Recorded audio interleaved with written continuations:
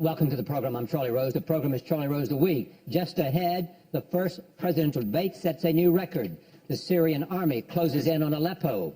And 3 veterans of Saturday Night Live bring back the mockumentary.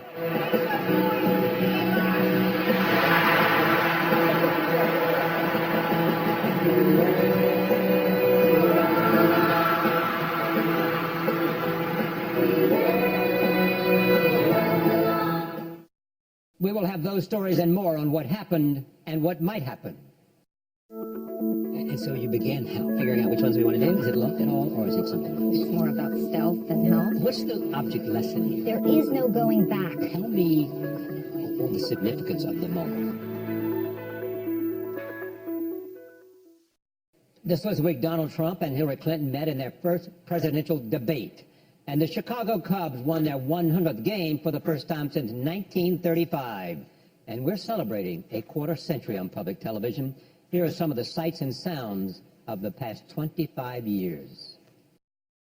Welcome to our first broadcast. Welcome to our broadcast. Welcome to the program tonight, part 2.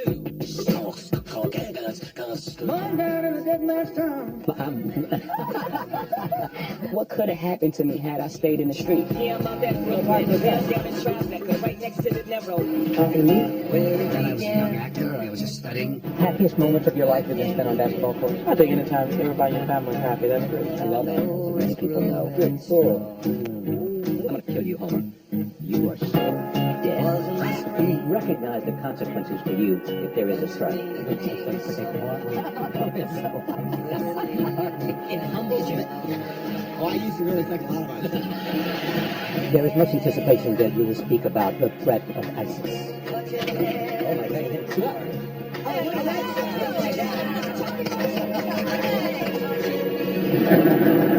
tell me what you think of the boat. Rebel Bell. You know I can be found. That's all I can do. Sitting on my road. Please telephone a message to the New York press. For you. But I'm too hoarse. Just like upstairs. You are voting for Hillary, right? People haven't seen me going to a plan and putting my thumb in my mouth and so I give it this kid doesn't give up. You need a vice presidential running mate. I do. Are you interested? Art is a way of expressing emotion, communicating emotion. Gonzo, what do you think of that answer? No, it was terrible. I thought it was awful. I always felt that the value of a really good education is you can take more risks. They can't take your education away from you. If I really need a job, if I've got to pay the bills, I'm going to fuck that. Does anybody want me to ask him about Florida? I really wanted to thank you for the show you did about the TV series 9 years ago. I thought it was the best kind of analysis of what the show was. And you suit up ever? Oh, yeah. They count on me. This is Charlie Rose. Charlie Rose, ladies and gentlemen.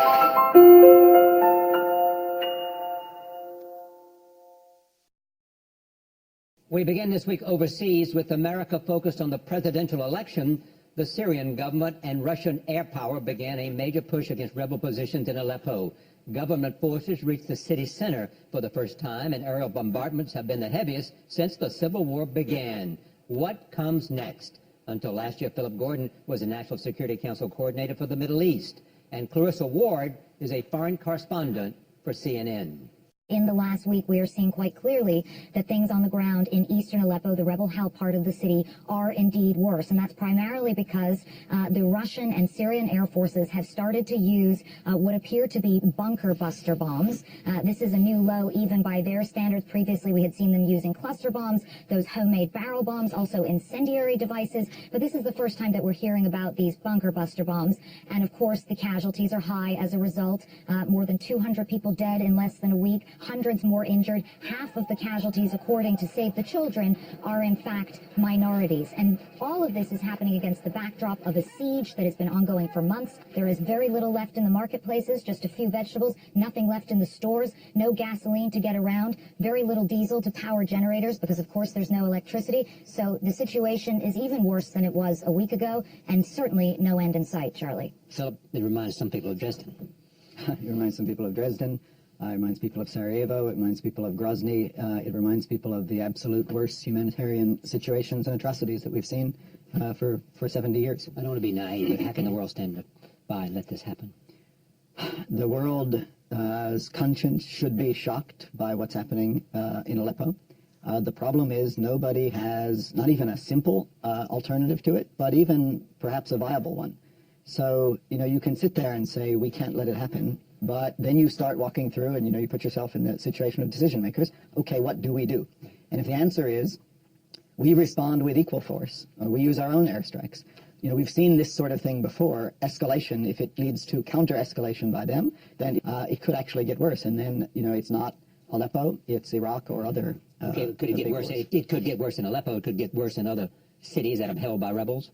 Absolutely. I mean, Aleppo has been the big prize, but Aleppo is just one of the battleground cities that are still at stake. And if this goes on, I think we'll see more sieges and more refugees and more killing. So there is nothing to stop the airstrikes. The reason that the administration and the world, frankly, put so much hope in this ceasefire is, frankly, because of the dearth of alternatives. Because the main alternative to that is just some counter-escalation. The world has been, many countries have been supporting the opposition for 5 years with arms to try to put pressure on the Syrian government and on the Russians and the Iranians to come to a table and have a negotiated solution. We've seen the response to that. It's just more and more force. I agree wholeheartedly with what you said about the dangers of escalation, but the airstrikes have got to stop, because as long as the airstrikes go on, you can be sure that what you are seeing happening on the ground in northern Syria is the generation of one of the most dangerous incubators for terrorism and extremism that we have ever seen. And as long as we consider the destruction or defeat of ISIS to be a major national security priority for the U.S.,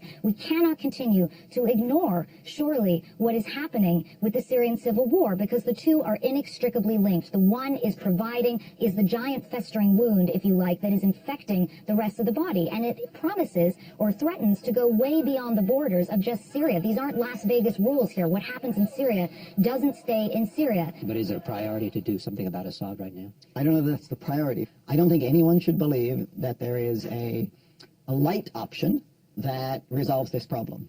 We also mentioned, no easy solution and no light footprint solution. No light footprint solution. No, people want to believe that, just a couple of airstrikes. You sometimes read in the paper a recommendation, let's just hit some airfields or helicopters.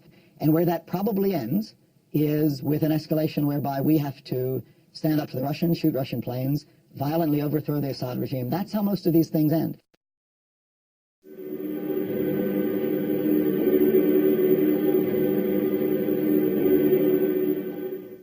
The collapse of the ceasefire in Syria is only one of the developments in the Middle East this week. On Wednesday, the Pentagon announced that 600 more American troops are heading to Iraq to support the effort to retake the city of Mosul. David Petraeus is a former director of the CIA and commanded U.S. troops in Iraq during the 2007 and 2008 surge.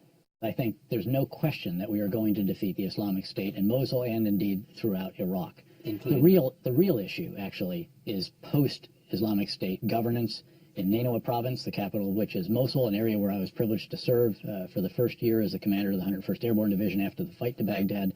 This is the most complex human terrain in all of Iraq. Sunni Arab majority, but Shia Arab minority, many Kurds, Christians, Yazidi, Shabak, and many of them have grievances against each other, and there are even rivalries within the different ethnic and sectarian groups. It is very, very complex. And frankly, it's going to be far more challenging than, at this moment, defeating Islamic State. It'll be a tough fight. It'll be city battles. ISIS is dug in. It's got tunnels. It has improvised explosive devices. But there's no question it's going to be defeated. But there is an axiom, I assume, of military strategy that says it's one thing to push the enemy back. It's another thing to hold the territory. That's exactly right. And in fact, a number of us have said, don't clear until you know how you're going to hold. That is very much operative here, except that I would add, don't clear until you know how you're going to hold and govern. That's the real issue here. And there are a lot of conflicting objectives, desires, and grievances that are going to make that very, very difficult. I know that the President's special envoy, Brett McGurk, is very seized with this, as is the new ambassador to Iraq from the United States. They're working it hard. Meetings up in Iraqi Kurdistan and Erbil, which is very near to Mosul, where a lot of the different leaders are huddling to determine what follows Islamic State control of Mosul and Nineveh province. But again, there's a lot of conflicting objectives here. They're grouping now for the retaking of Mosul. They're doing things. Everybody knows this battle is coming. Sure. Yes. There is a base being reestablished up there. It's called Kiara West Airfield. It is a huge sort of strategic level airfield that in fact housed one of our brigade combat teams and probably 80 or 100 helicopters, when the 101st Airborne Division was deployed in Nainoa Province. That's a very important base from which to project a lot of different power, undoubtedly even to perhaps run unmanned aerial vehicles, manned aircraft, attack helicopters, perhaps some long shooters from the ground and so forth. So that's another very important element. It is a huge base, though, and it requires enormous force protection if you're going to put a lot of vulnerable American assets and coalition assets on the ground. So it's interesting now that we're approaching 6,000 as the count that I've seen as an estimate of what we may end up on the ground. I very much support that. The paradox is, of course, that we have them there without the status of forces agreement that prevented us from keeping 10,000 troops on the ground when we pulled them out before.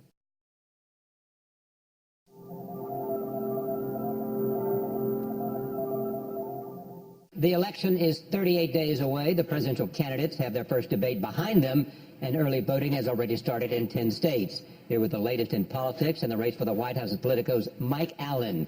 Let me begin with where we are right now in this race. We don't have polls yet, or perhaps we do, and perhaps you know, and I'll be thrilled to know, that after the debate, is there a reputable poll that says this is how we factor in what happened in that debate?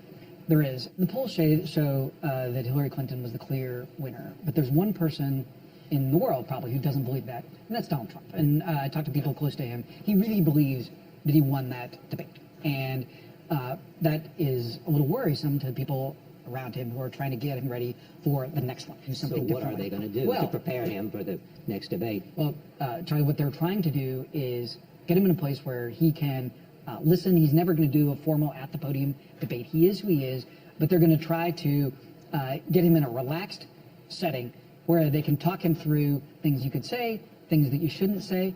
But Charlie, this morning, the tweet storm from Donald Trump. Happened? Okay, well, so you're going to love this. So very early this morning, when Donald Trump at Real Donald Trump did a bunch of tweets, including about the former Miss Universe and the media, to the surprise, to the dismay, Charlie, I can tell you, of the people around him, continuing to go after Miss Universe. If there were ever a losing argument. Somebody said to me that if you want to think about an issue that unites women, it's weight. And he's sort of grabbed the third rail, taking an issue that's like one of the most unattractive possible things he could say, and doubling, triple down. I was just talking to somebody before I came in who said that those tweets were a screw you to anybody around him who's trying to tell him to do something different. He's saying what I want to do. Exactly. I'm going to do it this way. He can't resist.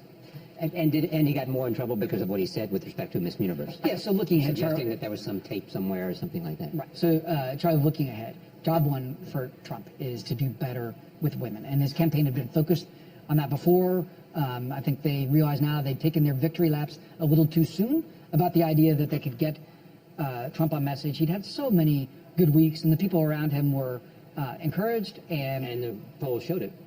That's right. And they said, until now, it's been abstract. We've been telling him, be good, but he's like, I got here by being myself. I'm not going to change. But he was able to see real movement in those polls after Election Day. And then Tuesday night in Farmville, Virginia, we're going to see the two vice presidential candidates, the undercard, neither one of them with a flamboyant style. Somebody was saying this debate's going to be like a mayonnaise sandwich.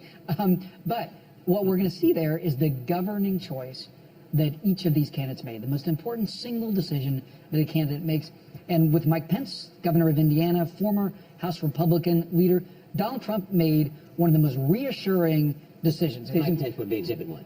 No question about it. But then there's Tim Kaine, who has been mayor, governor, very popular mayor of Richmond, governor of Virginia, senator, yes, vice presidential nominee. Yeah, and never lost an election. No, and important thing also, very popular in the red parts of Virginia. So Tim Kaine has a potential crossover appeal that Hillary Clinton never will. Comfortable talking about his faith, has the great story of his Peace Corps work after graduation.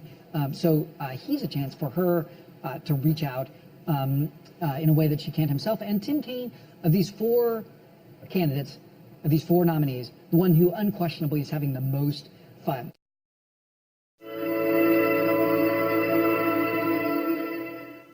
As the week ended, so did the 12-year flight of the Rosetta. It was the first spacecraft to successfully orbit a comet. And early Friday morning, it sent one last batch of images, and it landed on that comet and powered down. Joining me now from Washington, Rachel Feldman of the Washington Post. Also in Washington, Dr. Michelle Thaler of NASA. And here in New York, Daniela Hernandez of the Wall Street Journal. Welcome, one and all. And I must say, it's so good to have three women here to talk about science, and I look forward to it because this is such a great story.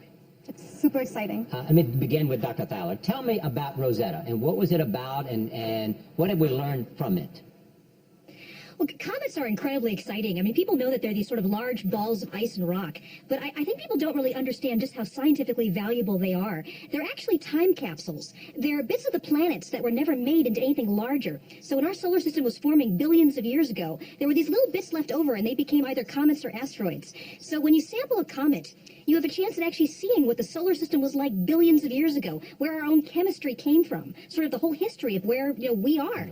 And so the amazing thing to me about Rosetta, I mean, there was the beauty of the images that was returned, but also we got a chance, for example, to show that the water that's in our bodies is more like the water we find in asteroids than comets. We're piecing together the story of the origin of life. What's most surprising about this, then? It was something that came to be after many, many years of dreaming that something like this could happen. The idea for this mission goes back to the 1970s. It wasn't approved until the 1990s, and then it finally took off in 2004.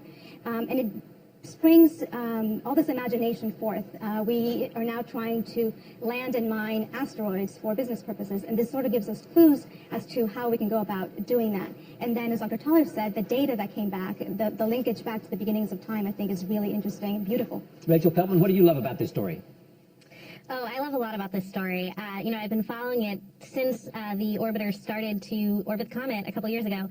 And one thing I love about the end of the Rosetta mission is that, it sounds like maybe a waste of $1 billion spacecraft to crash it into the comet, but it's actually a really perfect way to end the mission.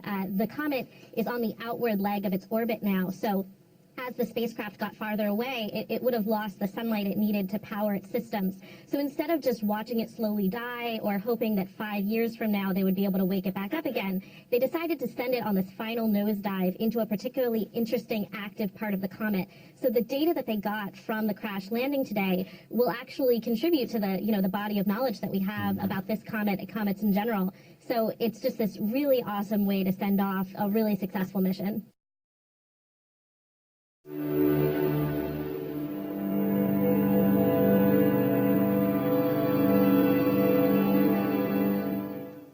Documentary Now, which is on IFC, has just begun its second season. The series parodies notable documentary films like The Thin Blue Line, Nanook of the North, and Grey Gardens. Matt Zola Seitz, TV critic for New York Magazine, spoke with executive producer Seth Meyers and the two stars of the series, Bill Hader and Fred Armisen.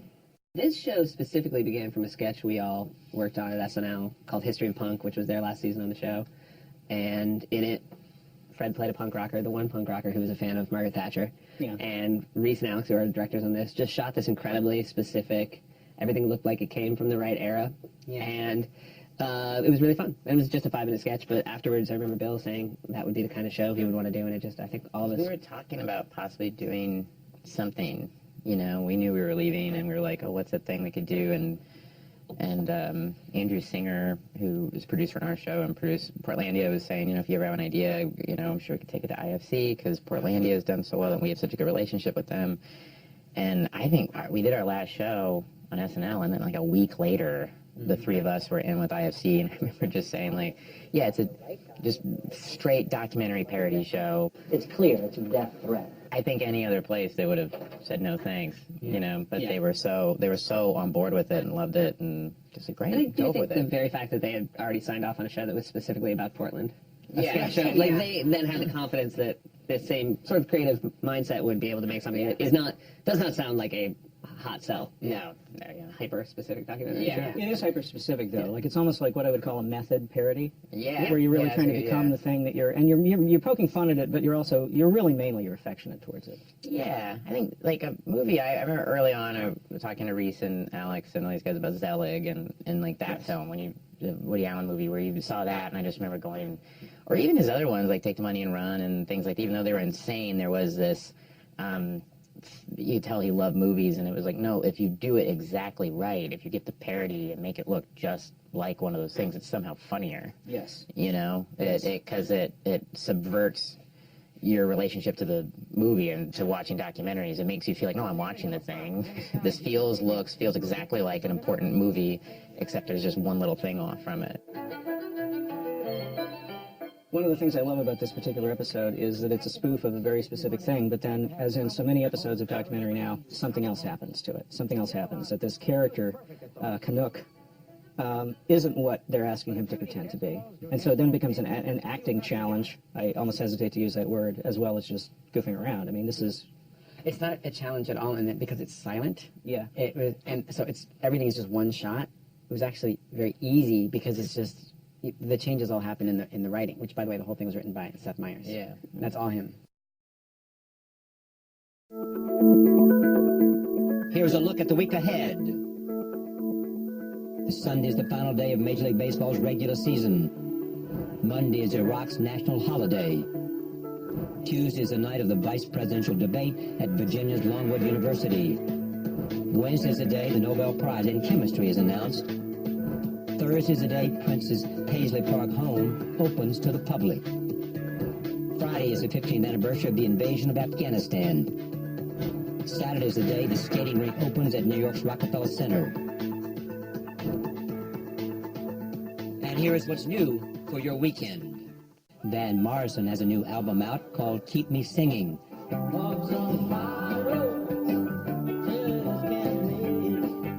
The Austin City Limits Music Festival gets underway in Austin, Texas.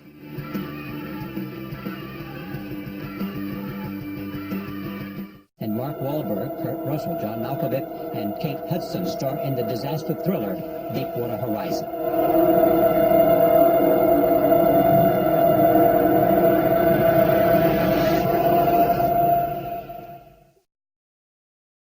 That's Charlie Rose the Week for this week. Before we go, we want to note the passing of the last of Israel's founding fathers.